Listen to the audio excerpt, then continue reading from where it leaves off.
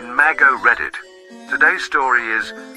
My wife contracted an STD in the hospital, and when I discovered her double life of infidelities, I abandoned her to her fate. Karma took its highest toll on her. I am a 42-year-old man living in Austin, Texas. I have been married for 6 years to Amelia, who is 43. Our relationship wasn't exactly something to brag about on social media, but I believed it was based on loyalty and mutual respect. However, what I thought didn't seem to coincide with what Amelia believed. I thought I was married to a mature woman, not someone who acted like a teenager or desperately needed attention.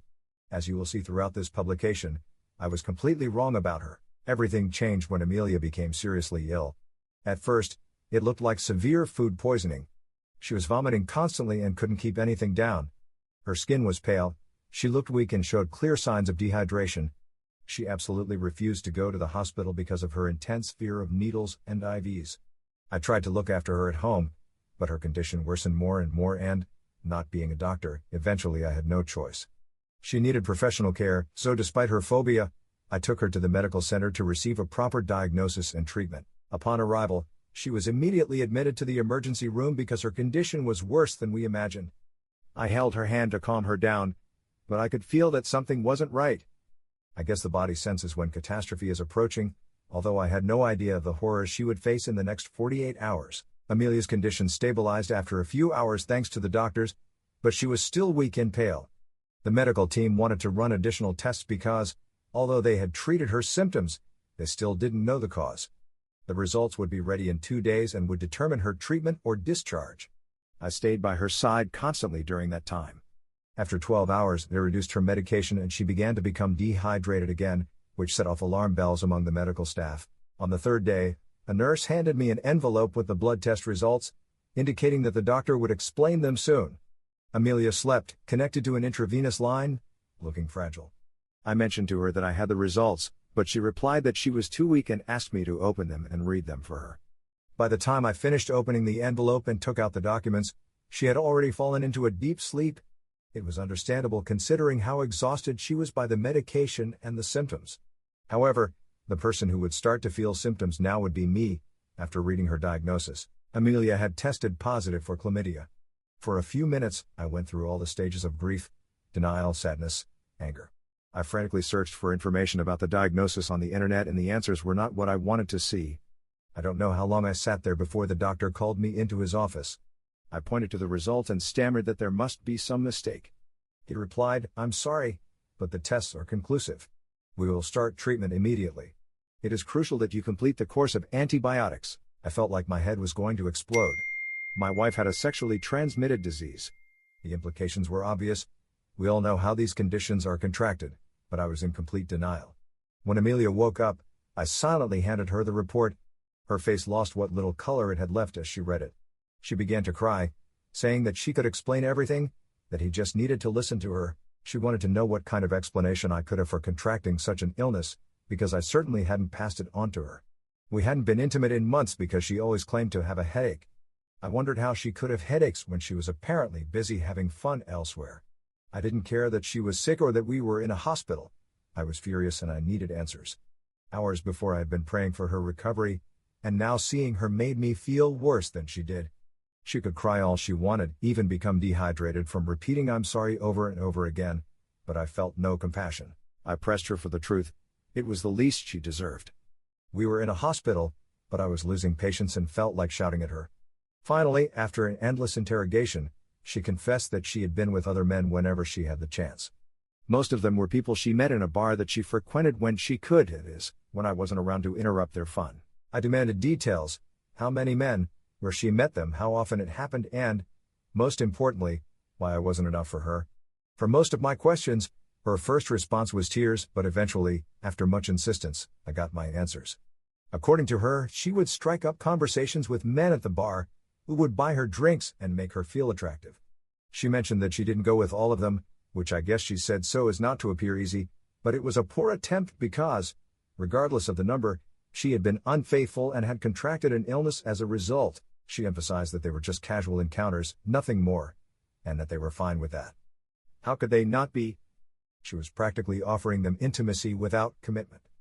Can anyone be more naive? I didn't do any medical research, But I wondered if the disease had affected his brain, because he seemed to have lost several neurons in the last few hours. Everything that came out of his mouth, which seemed to me to be the most unpleasant place on the planet, was worse than the last. For example, some of his justifications were, "It's something I do occasionally. It's my guilty pleasure. I know it's wrong, but I couldn't stop." My next question was, how long had he been doing this? He admitted it had been going on for a couple of years. His justification, "I only did it when I was under the influence of alcohol, and then I avoided intimacy with you for a week afterwards, as if I had some kind of respect." The consideration he had for me was clear for all to see, as was the fact that his behavior was completely inappropriate. He had the audacity to say, "I know this hurts you, but I never loved any of them, I only love you. That's why I didn't want to have sex after being with them, I wanted to protect you in some way." It was a very silly thing to do on my part, especially since I am now suffering the consequences. I think that is punishment enough, as you can see that karma has caught up with me. All I know is that I love you and I want to stay married to you. I hope you can forgive me so we can leave here and pick up our marriage where we left off. I exploded. I threw the chair as I got up because what I was hearing was not just nonsense, it was the words of a complete narcissist. And the worst thing is that his real illness was not physical. I replied, "You wanted to hurt me. You've been risking my health, my trust and our marriage for years, and you say you didn't want to hurt me? If you'd given me something?" I lost control and said everything I could think of. I hope you understand, not only did she betray me, but it could have been me in that room if I hadn't been lucky enough not to have had sex with her lately. Her excuse was that she always used protection and felt safe. When she tried to take my hand, I pulled away, shouting, "You're disgusting. And even if you can't infect me through contact, your hands seem dirtier to me than a garbage dump." I left the room while she stayed behind crying. When I spoke to the doctor, he told me I needed to get tested. Although we hadn't had sex for a while, we didn't know how long she had been infected. There was a possibility that I was also infected, perhaps asymptomatically. I gave my blood sample and left, while they kept Amelia in the hospital to treat her condition. I didn't want to go back to the house because I didn't want to sleep there. She had been living in that place, and it felt so contaminated that even burning it to the ground wouldn't help me feel better. I could imagine lying on the sofa or anywhere, with a feeling of dirt everywhere. I was completely upset and everything made me feel terribly rejected. As I drove, I mentally went over everything she had told me, which fed my resentment and disgust. Simultaneously, my phone wouldn't stop vibrating with messages from her, but I was driving and I couldn't, and didn't want to read them. At least that drive gave me a plan. Amelia would not return to my life. I could collect her belongings, her clothes, makeup, her ridiculous music collection, her car in the parking lot of our apartment complex. Even so, I spent a couple of nights in a hotel because I refused to go back. And I wasn't exaggerating when I expressed my revulsion at my wife and our home. So I hired a cleaning team that specialized in the removal of biological material to disinfect the entire apartment. Call me extreme, but I still felt that she had contaminated everything. Besides, I wanted every trace of her to disappear. Later, I contacted a family law attorney in Texas and we scheduled a meeting via video conference. I wasn't going to waste another day with this woman. I never went back to the hospital. I even received a call from the medical center asking me to pay Amelia's treatment bills. I didn't care. She left angry voice messages because she needed the treatment to get better and I refused to pay for it. She even mentioned our wedding vows, saying that we promised to be together in sickness and in health. Yes, those same vows where she also had a responsibility to maintain the marriage. I found it ironic that she talked about vows. What about the fidelity ones? Why didn't she think about that before behaving inappropriately with half of Austin and its surroundings? Good luck convincing the hospital administration to provide treatment without payment. The day she was discharged, my phone was flooded with calls from the hospital. I ignored them all. I knew they were about the bills, that they had already exceeded what was covered by insurance. They were sending me copies by email. I was aware that she didn't have enough on her credit cards to cover it, but why should I care? She created this mess. She called a friend to help her, who dropped her off at the apartment. I didn't open the door. Her keys were inside. I hadn't taken them when I took her to the hospital. I yelled at her from inside that she wasn't welcome and that her belongings were in the garage. I had loaded the trunk of her car with her valuables and left the rest in the parking lot. I knew she would come back, if not to try to convince me, at least to look for her things, so I made the process easier for her. I hadn't packed them carefully, so if anything was broken among her belongings, I was sorry. Actually, I wasn't sorry at all. She begged me to let her in. After a while, I saw that her friend was leaving her alone. She was still crying with nowhere to go. She begged for a chance to talk, to make things right. She even begged for compassion until she recovered, after which I could do whatever I wanted. Compassion, really? You've been with others, contracting diseases, and now you expect me to be considerate towards you? Get out of here. I've already cleaned the house and I'm not going to risk you bringing more trouble. He had the audacity to say, I know I made a mistake and hurt you, but we could work things out when I recover. I shouted at her, it wasn't a mistake to behave like that.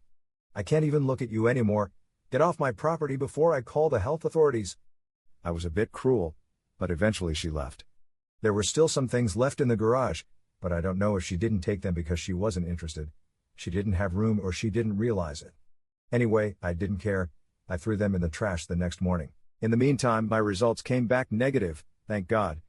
For the first time, I felt something positive after everything that had happened.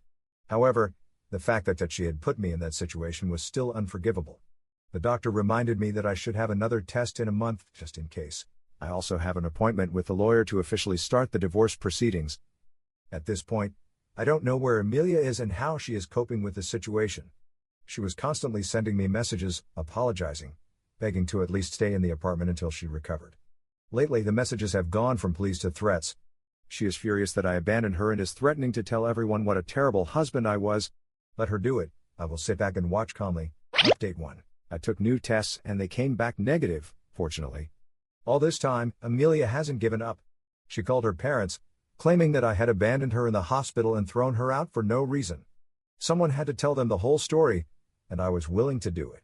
I said to them, she told you everything? Don't you think you should have asked her for details before accusing me? Since you are here, let me explain. Your daughter was unfaithful to me. She was with several men. She contracted a disease that is transmitted through sex and she put my health at risk. If it doesn't seem like enough reason to leave her in the hospital and throw her out, we have nothing more to talk about. The expression on their faces immediately told me that they shared my opinion. Her mother immediately called Amelia, demanding to know if it was true. I don't know what she replied, but her mother started yelling at her furiously. Her father's face turned completely red. He snatched the phone from his wife and exclaimed, "You have no shame and you lied to us. Stay where you are. We're finished with you." He stormed out and his wife followed him, still shouting into the phone, which she had already retrieved. When the divorce papers were ready, my lawyer contacted Amelia to get her address. She provided her parents' address. As soon as she received the papers, her mother called me to let me know that they had made sure Amelia received them. She told me that Amelia had been living in a motel near the highway for a week after she was fired, but her condition worsened, so she asked her parents to take her in. She was also fired from her job. One of her acquaintances, apparently not so loyal, found out about her illness and the news spread quickly. She was not fired because of her medical condition, but because of her prolonged absences. Amelia, of course, blamed me, but I was unfazed. Her mother asked me not to show compassion even though she was recovering. She said Amelia was in a position to face a divorce, even though her mental health had seen better days. She asked me not to postpone it because she needed to face all the consequences. Amelia had exhausted her savings and lost her job, which represented serious consequences, and her mother recognized this. But she didn't care, she supported the right thing. She even suggested that she could serve as an intermediary to avoid me having to deal with her directly if she preferred to block her permanently. I wish Amelia was more like my mother-in-law, as it is clear that my father-in-law married a woman of integrity, and not someone of questionable behavior. Although I blocked her on my phone, Amelia also sent an extensive email apologizing. If I can comment on that message, I would say that this was her first genuine apology. Among other things, she expressed that she felt like a ghost of her former self, without money, without a job, with her reputation ruined, socially isolated. Even her siblings refused to talk to her. Her father, a proud man, was humiliated. He resented her presence, and not even her mother supported her. So there was currently no one who could help her financially. At least no one who wanted to. Indeed, her mother is right. Her mental health has suffered considerably during this period, because she thinks he could forgive her or help her in some way at this point. I am relieved that she is depressed, because it distracts me from my own depression. It's the least she can experience after everything she has done to me, and I don't feel guilty for thinking that way right now. Update 2. I wanted to check my health status a third time, so I had myself tested again. You can never be too cautious about these things. A third confirmation that I am disease-free is always comforting to the spirit. Amelia's spirit is another story, and if she were to die tomorrow, She would probably go to the worst place imaginable. Her soul does not find peace now either, because the karma had barely begun when we went to the hospital. She has been receiving antibiotic treatment, but although that is the standard procedure, it does not seem to be working in her case. My in-laws are the ones who have provided me with information about her medical condition, to a certain extent. Now the doctors have prescribed another round of stronger antibiotics to see if they are effective. I am not praying for her or worrying about whether or not she will recover. I'm not going to feel sorry for someone like that, no matter how bad she is having it. My only concern is that she may die before the divorce is finalized. I don't want to be Amelia's widower. I want to get divorced first and deal with her fate later. I know many will think I am being heartless because what she did does not compare to a fatal outcome. But didn't she bring these problems on herself by exposing herself to risky situations? The person who could be receiving that second course of antibiotics could have been me. It doesn't matter that my results are now negative. The possibility of it happening, with her behavior, was high enough to know that I was putting my life in danger. I don't think she deserves compassion. Her parents at the moment don't even want her at home. They've had enough and have asked her to leave. She is not destitute, but in a center where she receives treatment. An organization in Austin that is responsible for caring for people with this type of illness. If they really knew her history, they would reserve that bed for someone more in need. The change in attitude of her parents, who until now had at least accepted that she stay with them, was due to new revelations. Some of the people he had been with were not as unknown as he claimed. There are friends not so close of my father-in-law on the list, and also married people that my in-laws know. My father-in-law has had to contact the partners of these people, with all the implications that entails, to inform them of the situation and recommend that they have tests. Now you can understand why their parents were so angry, to the point of expelling their own sick daughter. They couldn't keep someone like that in their home. She is an embarrassment to their family and a complete disgrace. My ex still has debts from her medical expenses, but until she gets better and gets a job, the creditors will have to wait to collect them if that ever happens. The divorce proceedings are ongoing, although I have asked my lawyer to speed them up. I have offered to pay more if necessary, but he explains that the procedure has deadlines that cannot be accelerated. However, any action that can advance the process, such as submitting documentation in advance, will be taken. We are in a race against time to end this marriage, one that should never have existed. Update 3. Over time I have begun to forgive Amelia. Not a forgiveness of the type, yes, let's try again. I don't care about your medical condition. I love you so much that I accept any risk. It is rather, I am tired of hating you because you don't even deserve that feeling. The therapeutic work that I started a few months ago has yielded these results. Good results? I don't know, at least I no longer think about her. It's strange to share this now, because the timing isn't ideal, but I've been feeling this way for months. I didn't want to do a short update where I just mentioned the above, because this is where I reveal something that could make you think I forgave her, not because of the therapy, but because of what happened. And I understand if you don't believe me, I understand how it can be interpreted. Amelia passed away approximately 2 weeks ago, after fighting her illness. It hasn't kept me up at night, it hasn't made me feel better, I haven't celebrated it. Maybe the old me would have, but this new me has simply moved on with her life. She was fighting, but the variant she contracted was particularly resistant. I don't know the exact medical term, or her body couldn't take it anymore after the failed attempts at treatment. Numerous people have been notified about her condition, as I mentioned in my previous update, and the corresponding tests have been carried out. I don't have a detailed list, but there have been negative results, like mine, and also some positive ones. Perhaps one of them was the one who infected Amelia, or it was she who infected them. We will never know for sure. In other matters, the divorce was finalized about a month and a few weeks ago. So I am not a widower at the moment, but a divorcee. For those who think there is no difference, for me there is. I don't want to answer questions about whether I am the widower of someone who acted as she did, but I can say that I am the man who divorced that person. It's a semantic issue, but I prefer it that way. I had recently filed a lawsuit against Amelia for putting my health at risk. But that would require more time that we no longer have. The lawsuit has been dismissed because there is no longer a defendant. The same has happened with the hospital, which still has outstanding bills in her name. I'm glad I didn't pay them before I found out about her diagnosis. Now I would feel completely naive. I have nothing more to share. Perhaps I should just add that I have not had a fourth test, because I consider that 3 confirmations are enough to set my mind at ease.